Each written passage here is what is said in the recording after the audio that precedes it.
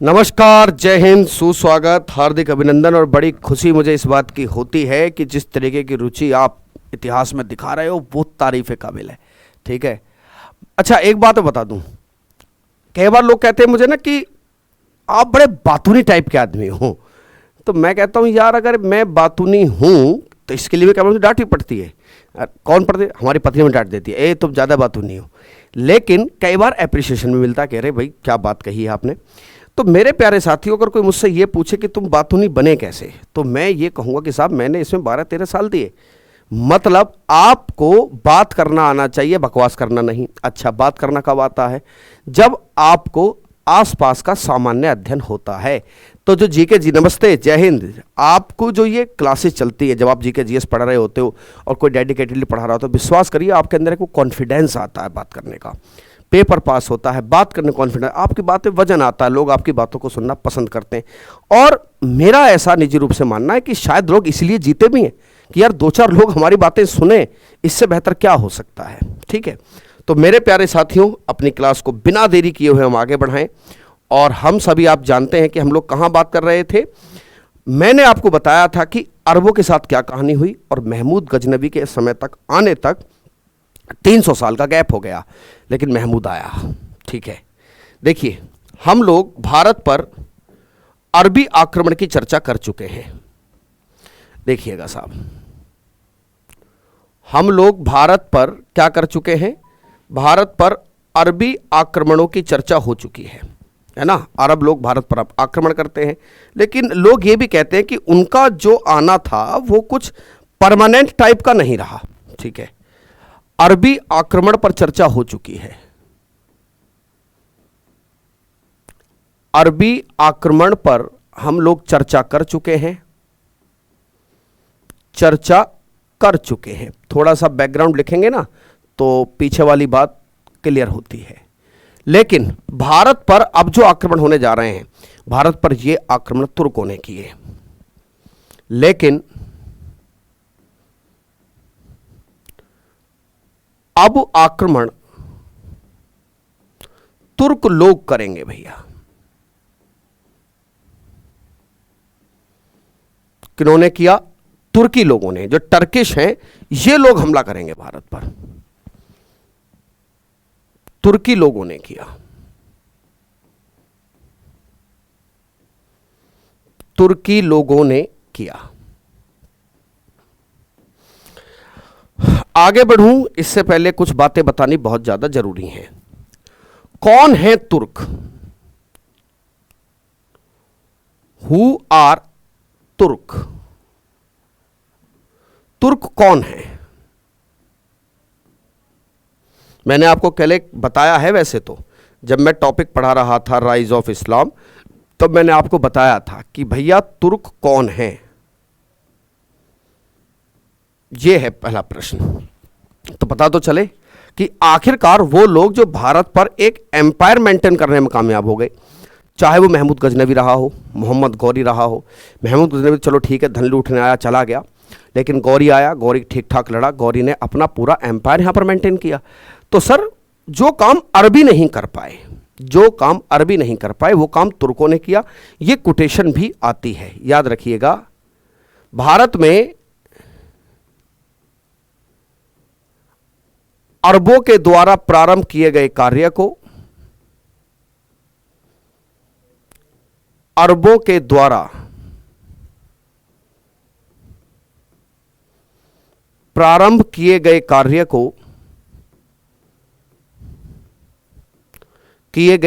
को तुर्कों ने पूरा किया। किए गए कार्य को तुर्कों ने पूरा किया। किन्होंने पूरा किया? तुर्कों ने पूरा किया।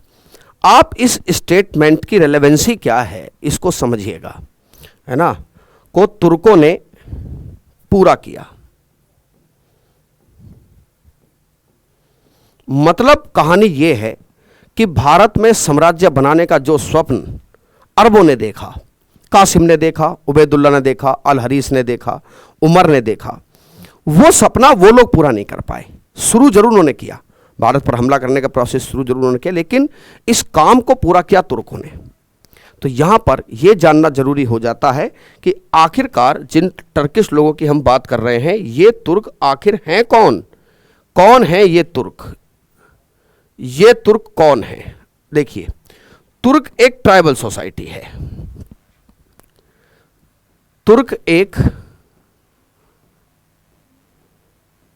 यह एक जनजातीय समाज है। क्या था? एक जनजातीय समाज। It was a tribal society. ये एक ट्राइबल सोसाइटी है। It was a tribal society. यह एक जनजातीय समाज है। पहले तो आप ये समझिए, ये अरबी मुसलमान इस्लामिक कल्चर में पहले आए, तुर्क बाद में आए हैं। ठीक है, इन्होंने बाद में इस्लाम धर्म एक्सेप्ट कर लिया था। ये लोग क्या कर रहे हैं? इन्होंने बाद में इस्लाम धर्म को स्वीकार कर लिया है। इन्होंने बाद में इस्लाम धर्म को स्वीकार किया और गाजी की भावना से ओतप्रोत हो गए। लेटर दे एडॉप्टेड द इस्लाम। सरकार उन्होंने इस्लाम धर्म को स्वीकार कर लिया था। धर्म क्या है? धर्म वो है जो आपको अनुशासित बनाता है। धर्म वो है जो आपको जीवन जीने की पद्धति सिखाता है। ये तो जनजातीय समाज था, बाद में इस्लाम धर्म को एक्सेप्ट किया। तो धर्म ने जब इन्हें अनुशासित और जीवन जीने का एक पैटर्न सिखाया तो इन्हें समाज में इज्जत मिली। ठीक है, और याद रखिएगा, जैसे ही ये इस्लाम धर्म को स्वीकार करते हैं, ये क्या हो गए हैं? ये इस्लाम के प्रचार के लिए एकदम उत्साही हो गए। इन्होंने कहा कि हम बढ़ाएंगे इस्लाम को। इस्लाम के प्रचार को लेकर उत्साही थे। They are so excited. ये बड़े एक्साइटेड थे टू स्प्रेड। इस्लाम के प्रचार करने के लिए ये बड़े एकदम उत्साही किस्म के लोग हुए। इनमें गाजी की भावना से ओतप्रोत हो गए। गाजी की भावना से ओतप्रोत हुए। गाजी की भावना से ये ओतप्रोत हो गए।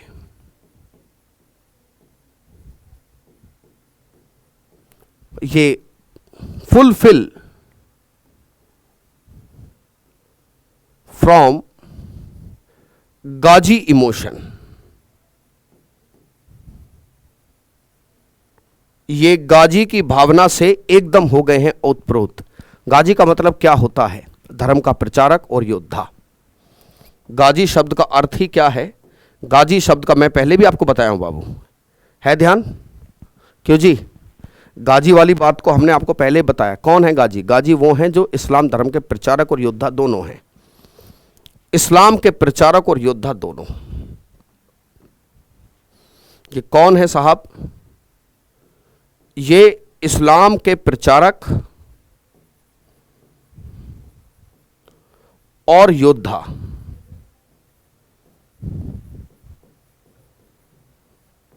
प्रचारक और योद्धा, है ना? ये योद्धा भी हैं। और देखिए, जिस तरीके से इन्होंने इस्लाम को आगे बढ़ाया तो इस्लाम सैनिक धर्म बन गया। मैंने आपको बताया था कई बार लोग इस्लाम को सैनिक धर्म भी कह देते हैं। वो इसलिए क्योंकि इस्लाम को प्रसार करने में कई बार वायलेंस का सहारा ठीक ठाक लिया गया है। ठीक है, तो अब धर्म इसकी इजाज़त देता है या नहीं देता ये अलग मामला, लेकिन कई बार इस्लाम को प्रचार करने में ज़बरदस्ती करना और ठीक ठाक वायलेंस करना भी शामिल रहा। तो कई बार लोगों ने कहा कि ये धर्म it is the military religion, ये तो सैनिक धर्म है। क्या है? सैनिक धर्म। तो बाद में ये इस्लाम धर्म को स्वीकार कर लेते हैं। यह अरबों के मुकाबले, यह अरबों की तुलना में ये अरबों की तुलना में कैसे हैं? असभ्य हैं। असभ्य हैं, अरबों की तुलना में बर्बर हैं। जनजाति हैं तो बर्बरता से तो नाता रहेगा ही रहेगा। असभ्य मतलब अनसिविलाइज्ड है। ये अरबों के मुकाबले में अनसिविलाइज्ड है, बर्बर हैं।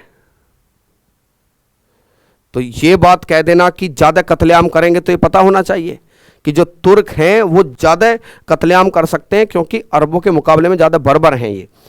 सीधी बात समझ ये कहो कि इनको दया धर्म कम आती है, अरबों को फिर भी आ जाती थी। अरबी लोगों को फिर भी दया धर्म आ जाती थी, इनको नहीं आती थी। तो जनजातीय समाज हुआ, इस्लाम धर्म से, और अरबों की तुलना में ज़्यादा असभ्य बर्बर हैं। हाँ, इन्होंने जो अरबी खलीफा चाहते थे कि भाई इस्लाम का प्रचार होना चाहिए, हमें ऐसे लोग मिल जाएं, तुर्की लोग उनको मिले, उन्होंने खूब इस्लाम का प्रचार किया, तो इन्हें सम्माननीय पदों पर बिठाया गया। जब जब धीरे धीरे चूंकि जब कैलिफ का साम्राज्य आगे बढ़ा तो गवर्नर्स बने, तो उनके लिए बड़े अच्छे अच्छे ऑफिसर्स चाहिए थे, तो ये बड़े बड़े अच्छे पदों पर रहने लगे। ये इस्लामिक साम्राज्य में बड़े अच्छे पदों पर नियुक्त होने लगे थे। इस्लामिक साम्राज्य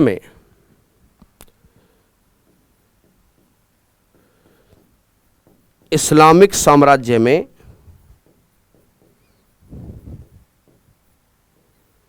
अच्छे पदों पर ये आने लगे।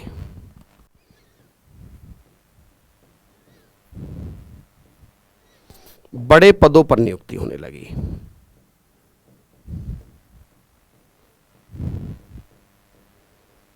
बड़े पदों पर इनकी नियुक्ति होने लगी है। ठीक है, खूब बड़े बड़े पदों पर इनका अपॉइंटमेंट होने लगा जब इस्लामिक साम्राज्य आगे बढ़ा। तो ये है तुर्क। हुआ टर्किश। अब यहां से बात समझ गए। देखिए, अगर मैं आपसे कहूं कि भारत पर आया महमूद गजनवी, गजनवी गजनी का राजा था। सर 2 मिनट रुकिए, आप अभी कह रहे थे कि इस्लामिक साम्राज्य में ये केवल बड़े बड़े पदों पर थे, जायज बात, लेकिन अभी आप कह रहे हैं कि ये गजनी साम्राज्य से आया। क्या इन लोगों ने अपने साम्राज्य बना लिए थे? बिल्कुल सही बात है। बाद में ये लोग धीरे धीरे तुर्क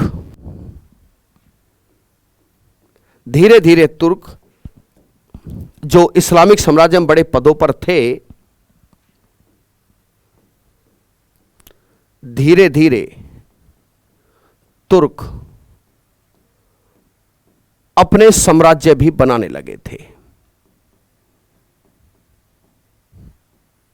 अपने साम्राज्य भी बनाने लगे।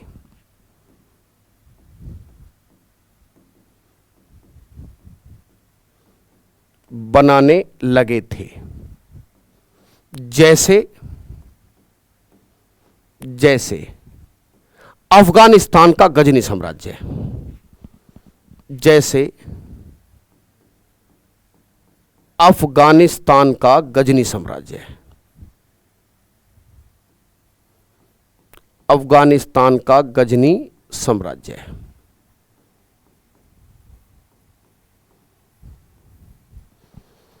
देखिएगा, letter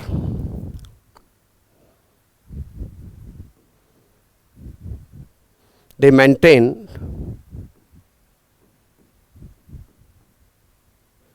their own empires,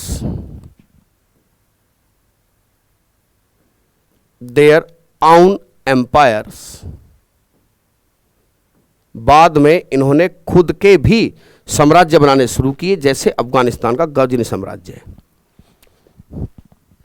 for example,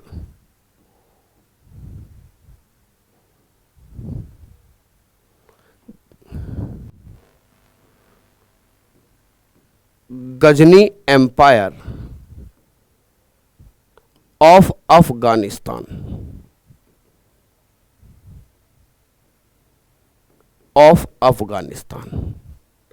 और आपको यह पता होना चाहिए कि इसी गजनी साम्राज्य में महमूद था। भाई, इसी गजनी साम्राज्य में क्या था? इसी गजनी साम्राज्य में महमूद था। ये जो गजनी एम्पायर है, इसी से महमूद का संबंध था। इसीलिए महमूद ऑफ गजनी या महमूद गजनवी कहा जाता है। इसी से महमूद गजनवी का संबंध है, इसी से महमूद गजनवी का संबंध था। महमूद गजनवी का क्या था? संबंध इसी से था। महमूद गजनी जो है इसी एम्पायर से रिलेटेड था। तो यहां पर महमूद गजनवी को पढ़ने से पहले एक चीज बड़ी इंपॉर्टेंट हो जाती है, the rise of Ghazni empire. खूब ढेरों प्रश्न पूछे जाते हैं, ढेरों प्रश्न यहां से पूछे जाते हैं और आपको उन प्रश्नों के उत्तर होने चाहिए। Mahmood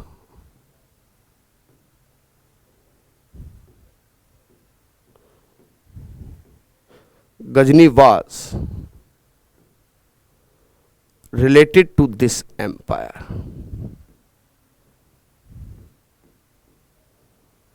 To this empire.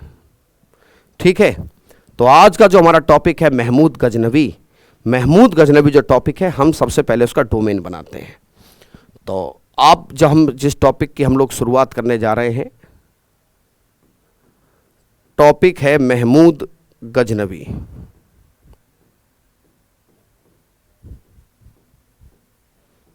कौन सा टॉपिक है? महमूद गजनवी। तो पहले डोमेन बनाओ, इसमें हमें पढ़ना क्या है।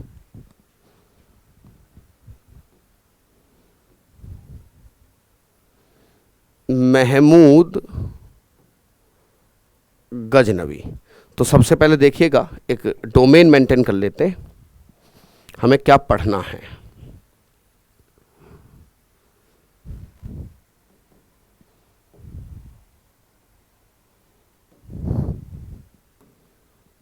है ना? सबसे पहले इसके टॉपिक, इस टॉपिक में हमें क्या पढ़ना है पहले ये देखिएगा।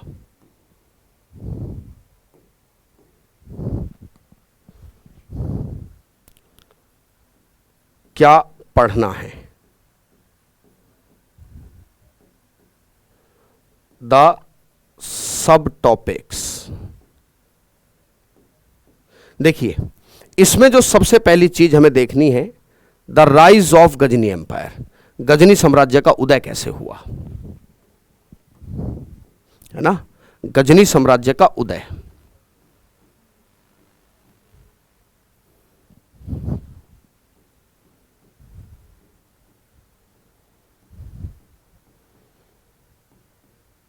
गजनी साम्राज्य का उदय,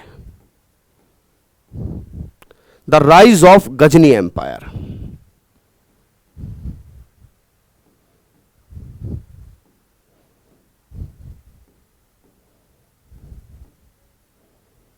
गजनी साम्राज्य का उदय कैसे हुआ? अकेला महमूद थोड़ी है जो भारत में लड़ा, महमूद का पापा भी भारत में लड़ा था। गजनी शासकों का भारत से संघर्ष कैसे हुआ? उस समय भारत की राजनीतिक स्थिति कैसी है? उस समय भारत की राजनीतिक स्थिति, भारत की पॉलिटिकल स्ट्रक्चर उस समय कैसा है? आई होप आपको, नमस्ते, मैं तो एक मिनट मैं आपका अभिनंदन ले लूं, क्योंकि मुझे पूरा भरोसा है कि भाई इस क्लास से ना आपको बेनिफिट मिलेगा ही मिलेगा। अच्छा, कमेंट करके बताइए सही बच्चे कि सर हम जो है वास्तव में इस क्लास से हमारी वो सारी चीज़ें क्लियर हो रही हैं जो कभी हम सोचते थे कि क्या इतिहास में क्या कुछ ऐसा कुछ हुआ है क्या, और ऐसा हुआ है तो वो हमें क्यों नहीं पता है। तो वो सारी बातें आपकी धीरे धीरे करके क्लियर हो जाएगी यहाँ से, ठीक है? यहाँ से कोई समस्या आपको आएगी नहीं। उस समय भारत की राजनीतिक स्थिति कैसी है? राजनीतिक स्थिति, the political structure of India, political situation. हालांकि इस बात का तो एक ही उत्तर है, खराब थी, ठीक है?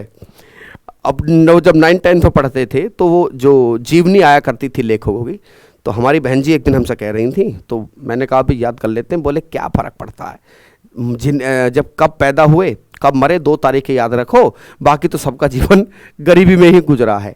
तो जब जब अभी पॉलिटिकल सिचुएशन वाला कॉन्सेप्ट तब तब आएगा तो एक ही बात निकल के साहब खराब थी, ठीक है? Political situation, of India.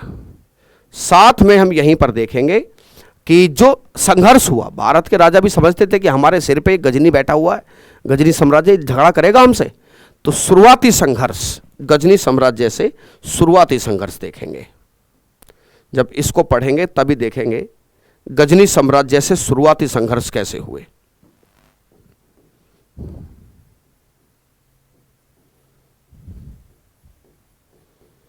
Ghazni साम्राज्य से शुरुआती संघर्ष,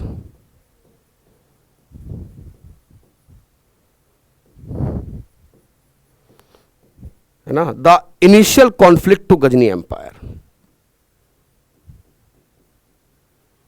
initial conflict to Ghazni empire, इसमें महमूद का पापा लड़ता है हमारे भारत से। टू गजनी एम्पायर, भारत का एक वंश है हिंदू शाही, उसका झगड़ा सबसे पहले होता गजनी साम्राज्य से, और झगड़ने वाला था महमूद गजनवी का पापा, सुबुक्तगीन लड़ेगा। उसके बाद महमूद आएगा। महमूद गजनवी के आक्रमण, महमूद के आक्रमण, महमूद गजनवी के आक्रमण, यहां से कुछ बातें हैं जो आपको क्लियर होनी बहुत ज़्यादा ज़रूरी है। महमूद गजनवी के जो आक्रमण हैं वो कैसे कैसे हैं देखिए।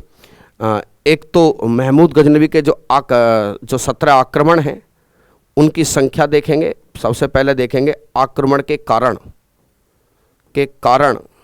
देखना पड़ेगा, और जो घटनाक्रम हुआ है कैसे कैसे वो कहाँ कहाँ गया है, घटनाक्रम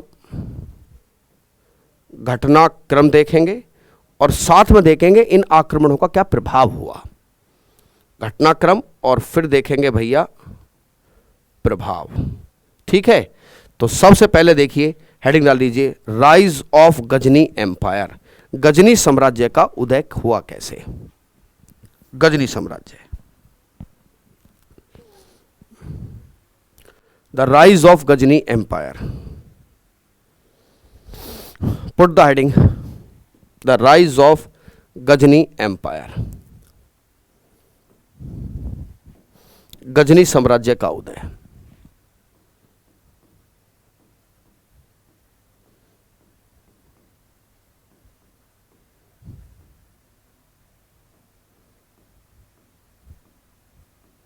the rise of Ghazni empire.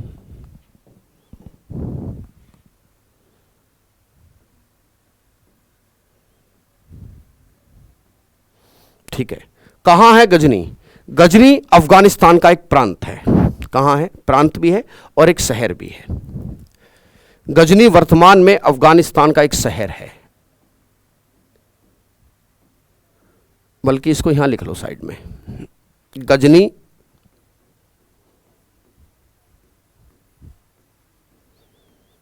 Afghanistan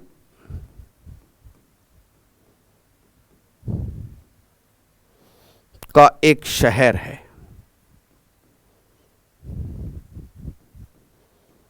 एक शहर है वर्तमान में, आज भी है गजनी। ठीक है, अब तो गजनी नाम से प्रांत भी है और गजनी नाम का एक शहर भी वहाँ मौजूद है। मिल जाएगा, यूट्यूब पर देखोगे बहुत सारी डॉक्यूमेंट्री हैं, भारत के लोग वहाँ जाते रहते हैं। तो मैं गजनी का किला भी दिखा देंगे, गजनी की कब्र भी दिखा देंगे, सब दिखा देंगे। डॉक्यूमेंट्री 50 तरह की हैं, यूट्यूब पर जाओगे तो देख लोगे। ठीक है, मैंने भी देखी है, आप भी देखिए। थोड़ा सा रुचि हो, थोड़ा सा जानकारी होनी चाहिए। क्यों जी, क्यों साहब, मैं बहुत अच्छा हूँ और उम्मीद करता हूँ कि आप भी बहुत अच्छे हैं और हम सब अच्छे बने रहें, ये ज़्यादा अच्छा है। ठीक है, देखिए असल में एक बार इसका बैकग्राउंड देखिए, क्या है बैकग्राउंड। बैकग्राउंड आप देखिए क्या है। एक जगह पड़ती है बुखारा। कौन सी जगह है, बुखारा। बुखारा एक जगह पड़ती है, वर्तमान में उज्बेकिस्तान में है। किसमें है, उज्बेकिस्तान में। वर्तमान में ये जगह उज्बेकिस्तान में है। जगह का नाम क्या है जी, जगह का नाम है बुखारा। बुखारा के यहां, बुखारा के शासक के यहां, शासक के यहां एक तुर्कदास था। क्या था? एक तुर्कदास। नाम था अल्पतगीन। क्या नाम था? एक तुर्कदास था।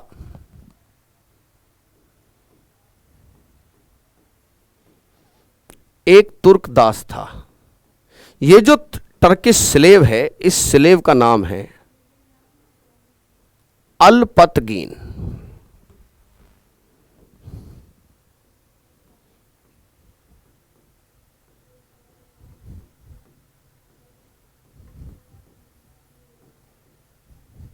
अल्पतगीन। अब हुआ कुछ यूं कि ये जो शासक था बुखारा का, इसकी डेथ हो गई।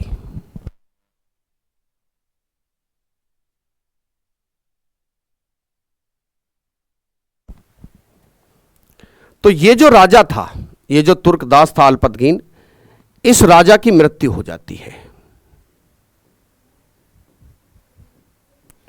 इस शासक की हो गई मृत्यु और सत्ता को लेकर संघर्ष हुआ। सत्ता को लेकर हो जाता है संघर्ष।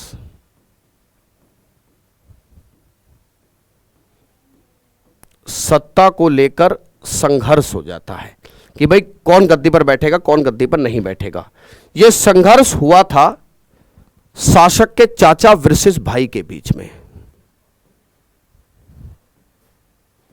शासक के जो चाचा हैं वर्सेस भाई, जिसका नाम मंसूर था। ठीक है, याद रखिएगा, इसमें जो शासक के चाचा हैं, इनका साथ अल्पतगीन ने दिया। इनका ही साथ अल्पतगीन देता है।